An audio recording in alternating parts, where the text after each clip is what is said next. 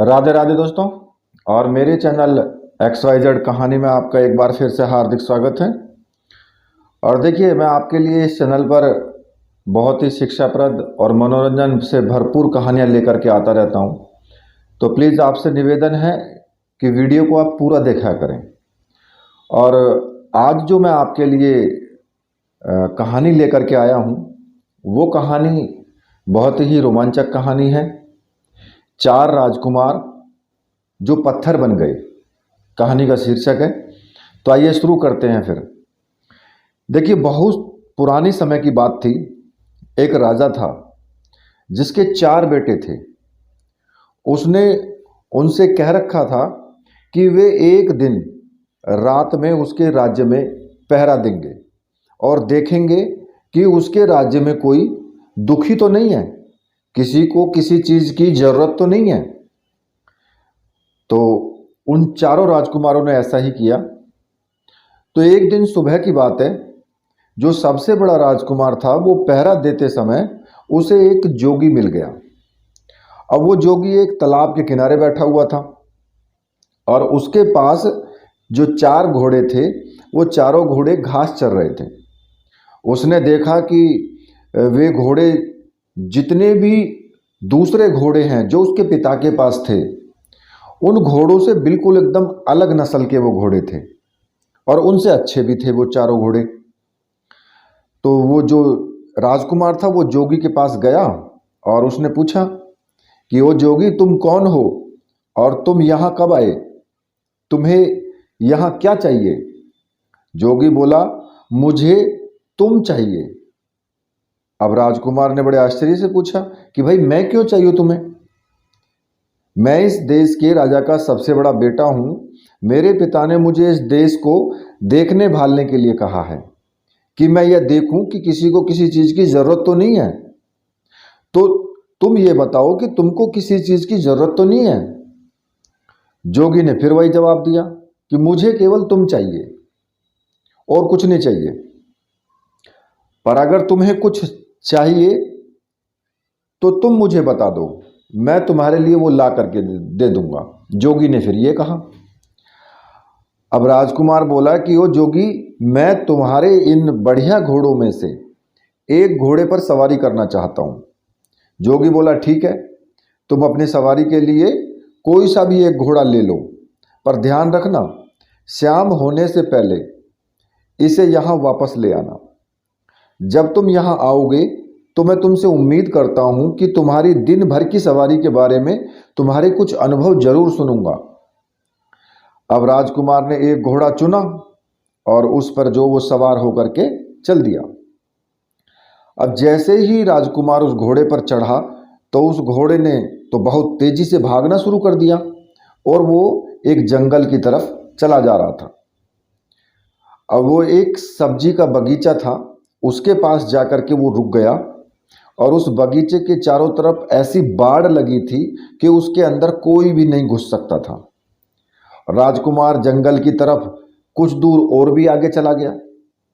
तो वो जो वहां से वापस लौट रहा था, वापस लौटते टाइम उसने क्या देखा कि उस बगीचे में, जो सब्जी का जो बगीचा था, उसके बाड़े में जो सारे डंडे लगे हुए थे, वो सारे डंडे हाशिया बन गए थे और बगीचे में से सब्जियों को वो काट रहे थे। अब ये देख करके उसे बहुत आश्चर्य हुआ, पर उसकी वजह से उसके समझ में कुछ नहीं आया कि भाई ये कैसे हुआ, क्या हो रहा है ये। वो जो वहां से चल करके वो जोगी के पास आ गया वापस। अब जोगी ने उससे पूछा कि उसकी घोड़े की सवारी कैसी रही। उसने रास्ते में जो कुछ भी देखा, राजकुमार बोला कि मैंने एक बगीचा देखा, उसके चारों तरफ एक बड़ी बाड़ लगी हुई थी जिसमें अंदर जाना बिल्कुल भी नामुमकिन था। मैं उससे थोड़ा और आगे चला गया। फिर जब मैं वापस लौट करके आया तो मैंने देखा कि उस बाड़ के जो डंडे थे वो हाशिया बन गए थे और वो बगीचे में जो सब्जी लगी हुई थी उस सब्जियों को काट रहे थे। जोगी ने पूछा, जानते हो इसका क्या मतलब है? राजकुमार बोला, मैं तो नहीं जानता। जोगी बोला, नहीं जानते? और तुम्हारे पिता ने तुमको इस राज्य की देखभाल करने के लिए कहा है। जाओ, तुम पत्थर के हो जाओ। अब जोगी के ये कहते ही राजकुमार पत्थर का हो गया। अब अगली सुबह राजा का दूसरा बेटा आया। वो भी शहर की देखभाल करने के लिए निकला था। अब वो भी उस जोगी के पास पहुंचा। उसने भी जोगी के बढ़िया घोड़े देखे और उन घोड़ों में से देख करके वो बहुत खुश हुआ उन घोड़ों को। वो जोगी के पास रुका और उससे पूछा कि वो कौन है, कहाँ से आया है। तो जोगी बोला कि मैं यहाँ इस देश में कुछ दिनों से घूम रहा हूँ। ये चारों घोड़े मेरे हैं। क्या तुम इनमें से किसी एक घोड़े की सवारी करना चाहोगे? कल राजा का सबसे बड़ा बेटा यहाँ आया था। उसने इनमें से एक घोड़े की सवारी करनी चाहिए। मैंने उसको किसी भी घोड़े को चुनने और उसकी सवारी करने की इजाज़त दे दी, पर वो सवारी करके जब वापस आया और जो कुछ उसने रास्ते में देखा वो उसका मतलब मुझे समझा नहीं सका, तो मैंने उसको पत्थर का बना दिया। राजकुमार बोला, अच्छा, मगर उसने ऐसा क्या देखा जिसे वो तुम्हें समझा नहीं सका? तब राजकुमार जोगी ने उससे बताया कि उसने कहा कि वो जो भी कुछ उसने देखा, उसने क्या देखा, और ये वादा किया कि अगर वो इस बात को ना समझा सके कि वो जो डंडे थे वो हाशियों में क्यों बदल गए, अगर तुम भी इस बात को समझा दोगे तो मैं तुम्हारे उसके भाई को जिंदा कर दूंगा। राजकुमार बोला, जोगी, तुमने तो ये बड़ी ही मुश्किल सवाल पूछ लिया। जब मैंने उसे देखा ही नहीं तो मैं उसके बारे में तुम्हें कैसे बता सकता हूँ? जो तुम मुझसे पूछ रहे हो मैं तुम्हें कैसे समझाऊं? हाँ, अगर मैं तुम्हारा एक घोड़ा लेकर के और मैं जाऊं और उसे देख करके आऊं तो शायद मैं तुम्हें समझा सकूं। जोगी ने जो है उसको भी इजाज़त दे दी कि ठीक है भाई, तुम एक घोड़ा लेकर के चले जाओ। अब उसने क्या किया, राजकुमार ने वो एक घोड़ा वहां से लेकर के और चल दिया। अब वो घोड़ा भी उसको एक जंगल की तरफ ले गया। वहां जाकर के उसने देखा कि एक नई पैदा हुई जो बछिया होती है गाय की, वो अपनी मां को ही दूध पिला रही है। अब बड़ा अजीब सवाल उसने देखा, बहुत अजीब दृश्य देखा उसने। वो जो बहुत देर तक इस अजीब दृश्य को देखता रहा और फिर जोगी के पास वहां से वापस लौट आया। अब जोगी ने पूछा कि तुमने रास्ते में क्या देखा? राजकुमार ने उसे बताया कि उसने देखा कि नई पैदा हुई बच्चियां अपनी मां को दूध पिला रही है। अब जोगी ने उससे भी पूछा, क्या तुम बता सकते हो इसका मतलब क्या हुआ? राजकुमार बोला, मैं नहीं जानता इसका मतलब क्या हुआ। जोगी बोला, क्या तुम भी नहीं जानते? अब राजकुमार के ने जो इसका सवाल का जवाब दे ही नहीं पाया वो, क्योंकि इससे पहले ही वो पत्थर का बन गया। अब तीसरी सुबह उसका तीसरा राजकुमार जो शहर की देखभाल करने के लिए निकला। अब वो भी जोगी के पास आया घूमते घूमते। उसने भी उसके जो वो चारों घोड़े देखे और वो भी जो है उन घोड़ों को देख करके और आश्चर्यचकित हुआ एकदम से। और उसने पूछा कि भाई वो कौन है और उसके जो इतने सुंदर घोड़े हैं वो उसे कहाँ से मिले। अब उसके इन सवालों पर ध्यान ना देते हुए जोगी ने उससे उसके पास बैठ जाने के लिए कहा कि यहाँ बैठो। और बातों ही बातों में उसे पता चला कि यह भी एक राजकुमार है और अपने दो बड़े भाइयों की खोज में निकला है। उसने उसको बता दिया कि उसके दोनों बड़े भाइयों के साथ क्या हुआ। दोनों बड़े भाई तुम्हारे पत्थर के बने खड़े हुए हैं। और फिर उसने बाद में उससे यह भी कहा कि वह अपने दोनों भाइयों को जिंदा कर देगा अगर वो ये बता दे कि बाड़े में जो डंडे हैं वो हाशिया में क्यों बदल गए और नई पैदा हुई जो बच्चियां है वो अपनी माँ को दूध क्यों पिला रही है। राजकुमार बोला, बहुत बहुत धन्यवाद। अगर आप मुझे एक घोड़ा दे दें तो मैं इन अजीब चीज़ों को देखकर आ सकता हूँ और तब शायद मैं आपको समझा सकूं। जोगी बोला, हाँ हाँ, क्यों नहीं। तुम इनमें से कोई सा एक घोड़ा ले लो, मगर ध्यान रखना शाम होने से पहले ही वापस लौट आना।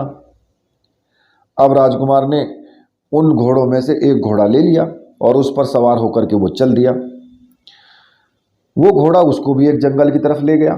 जहां उसने देखा कि एक आदमी अपनी पीठ पर लकड़ियां लादे जा रहा है। वो केवल उन्हीं लकड़ियों से संतुष्ट नहीं है जो उसने इकट्ठी करके पीठ पर लाद रखी हैं, बल्कि जो रास्ते में पड़ी हुई लकड़ियां हैं उनको भी वह साथ में उठाता जा रहा है। राजकुमार ने सोचा, इसका क्या मतलब हो सकता है? जब मैं जोगी के पास पहुंचूंगा तो मैं जोगी का इसका क्या मतलब बतलाऊंगा। अफसोस पर यह राजकुमार भी इस दृश्य का मतलब समझाने में नाकामयाब रहा और जोगी ने इसको भी पत्थर का बना दिया। अब अगली सुबह राजा का जो चौथा जो लड़का था, आखिरी बेटा, वो शहर की देखभाल के लिए निकला और उसने अपने भाइयों को ढूंढने के लिए वो निकला और वो जोगी के पास घूमते घूमते वो भी आ गया। उसने जोगी को प्रणाम किया और उससे पूछा कि क्या उसने उसके तीनों भाइयों को देखा है। जोगी बोला, हाँ देखा है। कहकर उसने एक तरफ इशारा करते हुए कहा और कि देखो तुम्हारे तीनों भाई ये खड़े हैं, मैंने ही इनको पत्थरों में बदल दिया है, क्योंकि उन्होंने पास के जंगल में जो कुछ देखा था वो उनको मुझे समझा नहीं सके, पर मैं इनको जिंदा कर सकता हूं अगर तुम मुझे उन सब बातों का मतलब समझा दो। इसके बाद उसने उन राजकुमारों द्वारा देखे गए तीनों जो दृश्य थे उन तीनों को बता दिया। राजकुमार बोला, अगर आप मुझे अपना एक घोड़ा सवारी के लिए दें तो शायद मैं इन बातों का मतलब आपको समझा सकूं, और मैं खुद उस जंगल में जाकर उनको देखना चाहता हूं। अब जोगी ने उसको भी इजाजत दे दी। राजकुमार उन घोड़ों में से एक घोड़ा लेकर के जंगल की तरफ चल दिया। जब वो जंगल में पहुंचा तो वहां उसने क्या देखा कि एक तालाब देखा, उसमें से पानी बह करके निकल रहा था और दूसरे जो छोटे छोटे तालाब थे उनमें भर रहा था। और उस समय वो जो बड़े वाला तालाब था पहले भरा हुआ था और फिर वो खाली हो गया, क्योंकि सारा पानी उन छोटे छोटे तालाबों में भर गया। अब शाम को जब वो जोगी के पास लौटा वापस, तो जोगी ने उससे भी वही सवाल किया कि उसने जो तीनों भाइयों से किया था। अब उसने रास्ते में क्या देखा और उसका मतलब क्या है। अब राजकुमार भी जोगी को इस सवाल का जवाब देने में नाकामयाब रहा, सो जोगी ने उसको भी पत्थर में बदल दिया। अब जब राजा को पता चला कि कई दिनों से उसके चारों बेटों में से किसी का भी कोई भी अता पता नहीं है, तो उसको शक हुआ कि उसके बेटों पर जरूर कोई बड़ी मुसीबत आ पड़ी है। अब वो खुद उनको ढूंढने के लिए निकल पड़ा। अब ढूंढते ढूंढते वो भी जोगी के पास पहुंचा। उसने भी जोगी से पूछा कि जोगी जी, क्या आपने मेरे चारों बेटों को कहीं देखा है। तो जोगी ने एक तरफ खड़े 4 पत्थर के खंभों की तरफ इशारा कर दिया। राजा ये देखकर बहुत अचंभित हुए और उसके मुंह से निकला कि कहीं आपका ये मतलब तो नहीं कि वे पत्थर में बदल गए हैं। जोगी बोला, हाँ जी, यही है मतलब मेरा। मैंने ही उनको पत्थरों में बदल दिया है, क्योंकि वे मुझे जंगल में देखे हुए कुछ दृश्यों के मतलब को समझा नहीं सके। फिर भी मैं उनको जिंदा कर सकता हूं अगर तुम उनका मतलब मुझे समझा दो। तो अगर तुम्हें चाहिए कि तुम मेरा एक घोड़ा लेकर के जाना चाहते हो जंगल में, तो तुम जाकर के लेकर के जा सकते हो। राजा बोला, नहीं, मुझे घोड़ा नहीं चाहिए, उसके लिए आपका धन्यवाद, इसकी कोई ज़रूरत नहीं है। पर अगर आप मुझे ये बता सकें कि उन्होंने क्या देखा जिसको वो आपको समझा नहीं सके, तो शायद मैं आपको समझाने की कोशिश कर सकूं। तब जोगी बोला, राजन, तुम्हारे सबसे बड़े बेटे ने जंगल में एक सब्जी का बगीचा देखा और जिसके चारों तरफ एक ऐसी बाड़ लगी थी जिसको पार करके अंदर जाना नामुमकिन था। पर जब वो वहां से लौटा तो उसने देखा कि बाड़ के डंडे हाशिया बन करके बगीचे की सब्जी काट रहे थे। इसका क्या मतलब है। राजा बोला कि यह एक ऐसे आदमी की तस्वीर है जिसके पास कुछ पैसा सुरक्षा के लिए रखा गया हो, और जब उस पैसे का मालिक अपना पैसा उससे वापस मांगने आया हो तो उस आदमी ने उसके पैसे को या तो कहीं छिपा दिया हो या फिर उसे खर्च कर दिया हो, जिससे कि उस पैसे के मालिक को पैसा वापस नहीं मिल पा रहा है।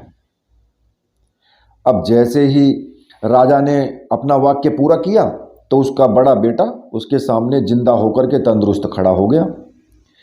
अब जोगी ने अपना दूसरा सवाल किया, तुम्हारे दूसरे बेटे ने एक नई पैदा हुई बछिया को अपनी मां का दूध पिलाते हुए देखा, इसका क्या मतलब है? राजा बोला, बड़ी अजीब सी बात है। उसको यह देखकर किसी एक ऐसी स्त्री की याद नहीं आई जो अपनी बेटी की कमाई पर जिंदा रहती हो। अब राजा के ये कहते ही उसका दूसरा बेटा भी जिंदा हो गया और उसके सामने खड़ा हो गया। तब जोगी ने अपना तीसरा सवाल पूछा कि राजन, तुम्हारे तीसरे बेटे ने एक ऐसा आदमी देखा जो अपनी पीठ पर लकड़ियां लादे लिए चले जा रहा था, पर वो अपने उस ढेर से संतुष्ट नहीं था जो उसके सिर पे था। रास्ते में भी उसको जो लकड़ियां मिलती जा रही थी वो उनको भी उठाता हुआ जा रहा था। इसका क्या मतलब है? राजा बोला कि यह इस बात को बताता है, इस बात का जो मतलब है कि कुछ लोग ऐसे होते हैं, उनके पास जो कुछ भी होता है वे उससे संतुष्ट नहीं होते, उनको हमेशा ही और ज़्यादा की इच्छा बनी रहती है। अब जैसे ही राजा ने ये शब्द बोले तो उसका तीसरा बेटा भी जिंदा खड़ा हो उसके होकर के उसके सामने खड़ा हो गया। अब जोगी ने अपना चौथा और आखिरी सवाल पूछा, राजन, मैं तुम्हारे सबसे छोटे बेटे ने जंगल में एक तालाब देखा जिसने 6 दूसरे तालाबों को पानी देने के लिए अपने आप को खाली कर दिया, इसका क्या मतलब है? राजा बोला कि जोगी जी, वह बड़ा तालाब दुनिया के उन आदमियों के समान है जो दूसरों को देने के लिए अपना सब कुछ खर्च कर देते हैं, पर बदले में उन्हें क्या मिलता है? कुछ भी नहीं मिलता उनको। अब जैसे ही राजा यह बोला तो उसका चौथा बेटा भी जिंदा खड़ा होकर के उसके सामने खड़ा हो गया। राजा और उसके चारों बेटे फिर वहां से खुशी खुशी अपने महल वापस लौट आए और कुछ समय बाद राजा ने अपनी गद्दी छोड़कर अपना राज्य अपने बच्चों को दे दिया और खुद जंगल में शांति के लिए चला गया। तो देखिए, ये कहानी ज्ञानवर्धक कहानी है। मैं समझता हूँ कि इससे काफ़ी कुछ ज्ञान मिला होगा। और अगर कहानी आपको अच्छी लगी है, कहानी को लाइक कीजिए, कमेंट कीजिए और चैनल को सब्सक्राइब जरूर कीजिए। ठीक है, इसी के साथ दूसरी कहानी लेकर के मैं आपके सामने फिर उपस्थित होऊंगा। तब तक के लिए राधे राधे।